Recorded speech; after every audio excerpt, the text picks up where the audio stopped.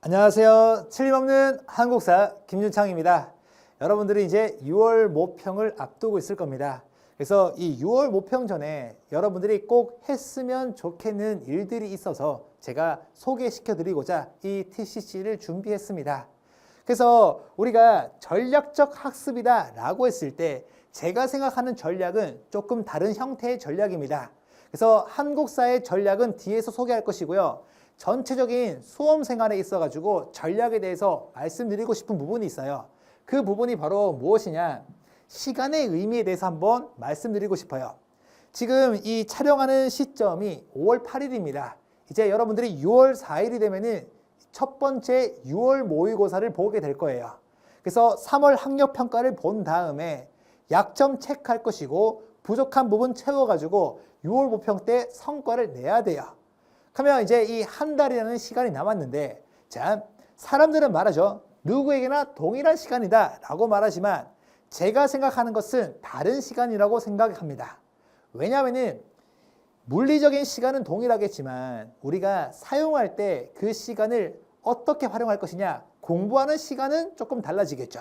그래서 그 부분을 한번 생각해 봤으면 좋겠어요. 그래서 이 시간은 1일은 24시간이다 맞는 말이에요. 됐죠?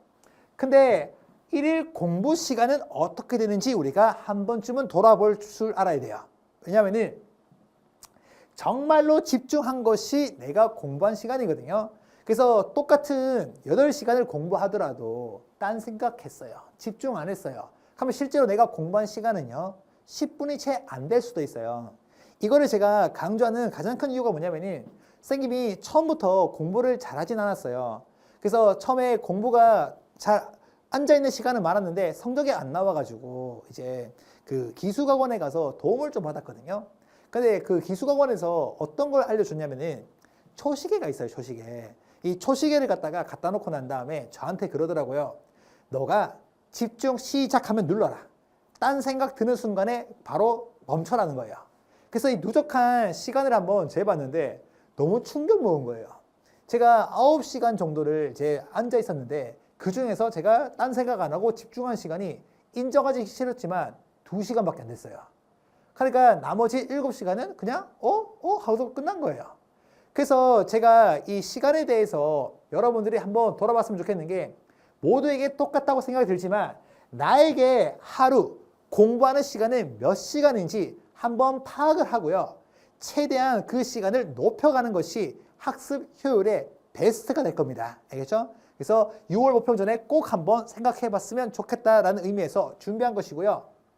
그러면 반드시 지금부터 해야 될 것은 어떤 것이 있을까라고 했을 때 첫 번째, 목표 설정은 무조건 하는 거예요.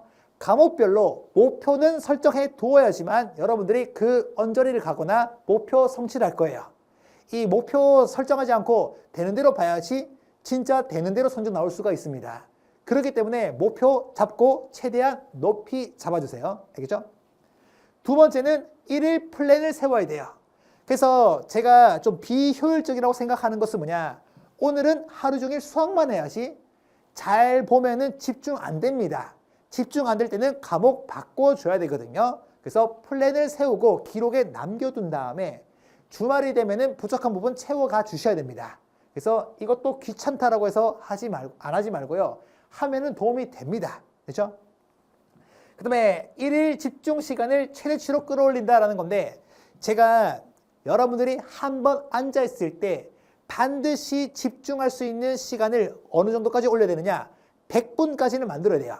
한번 앉아서 100분을 만들어라. 왜? 수학 보는 시간이 100분이에요. 100분의 집중력을 요구하는 시험 과목이 있기 때문에 일단 100분치는 맞춰주셔야 됩니다. 알겠죠? 그래서 1시간 했으니까 많이 했어. 일어나야지. No. 100분까지는 앉아있는 거 꼭 집중하는 거 맞춰주시고요. 그 다음에 네 번째는요, 공부가 안 될 때 한국사 강의를 듣는다라는 거. 알겠죠? 오케이? 갑자기 이게 무슨 말인가 싶겠지만 한국사도 뒤로 밀리잖아요. 잘 보면은 미리 끝내두는 게 효율적입니다. 정말로. 저는 제 수업을 무조건 들으세요 이건 아니지만 그래도 들으면 효과가 제일 베스트인 것은 맞아요. 그리고 또 한국사 뒤에 해도 괜찮긴 하거든요. 근데 나중에 여러분들 막 9월 모평 끝나고 파이널 국영수 선택 과목 하잖아요. 한국사 시간 없습니다.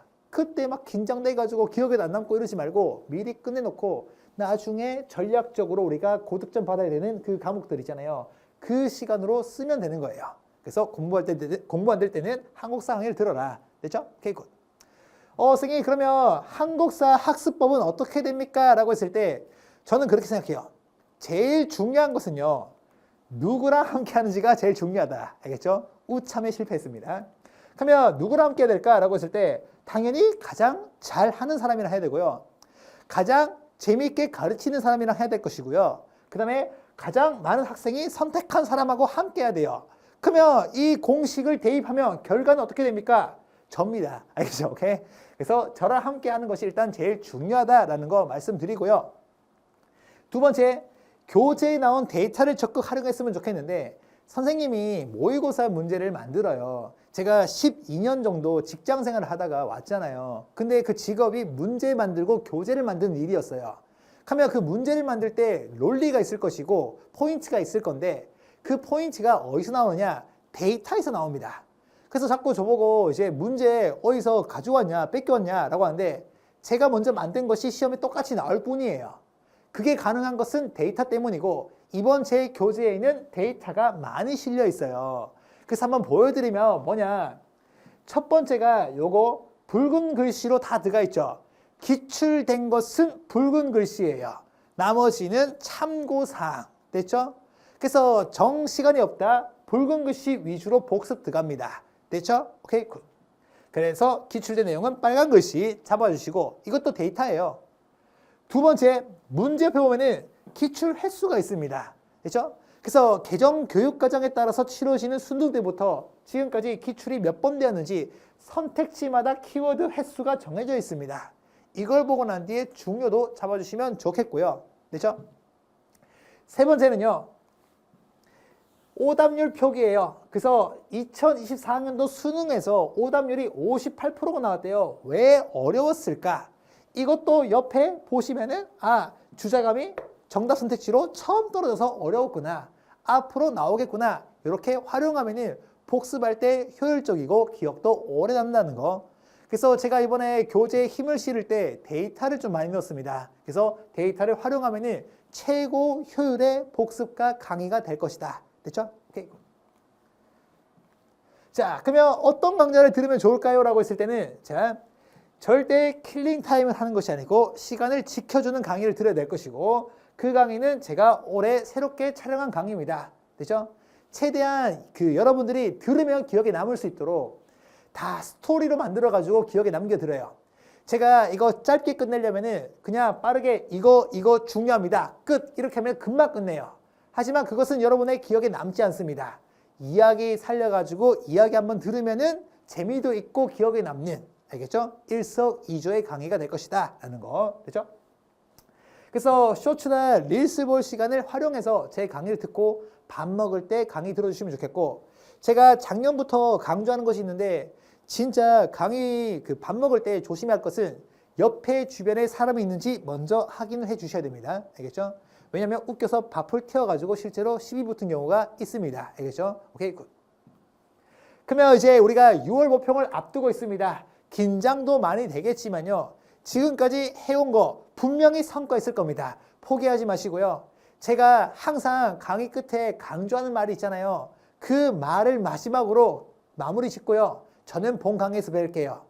인간의 능력은 무한하고 여러분들의 가능성은 무한합니다. 늘 그랬듯이 할 수 있습니다. 여러분들의 가능성을 믿으세요. 지금까지 틀림없는 한국사 김유창이었습니다.